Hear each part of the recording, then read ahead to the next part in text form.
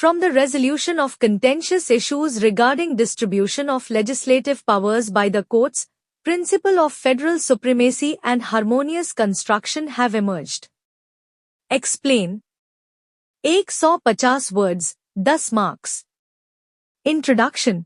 India's federal system is quasi-federal, meaning the central government has more power than the state governments to manage disputes over legislative powers. Two key doctrines are important: the principle of federal supremacy and the harmonious construction approach.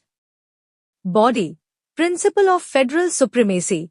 The 7th schedule of the Constitution divides legislative powers into 3 lists: Union List, State List, and Concurrent List. According to Article 246, if union and state laws conflict on subjects in the concurrent list, the union law takes precedence, establishing federal supremacy.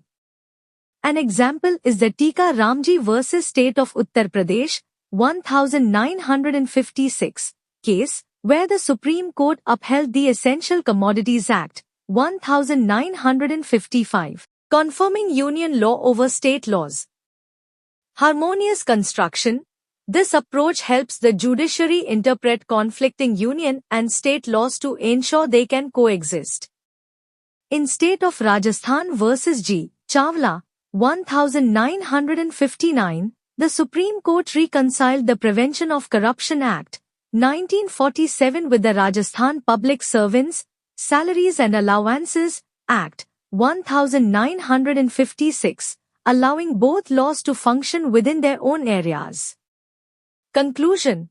These doctrines are vital for addressing disputes over legislative powers and ensuring harmony within the Indian constitutional framework.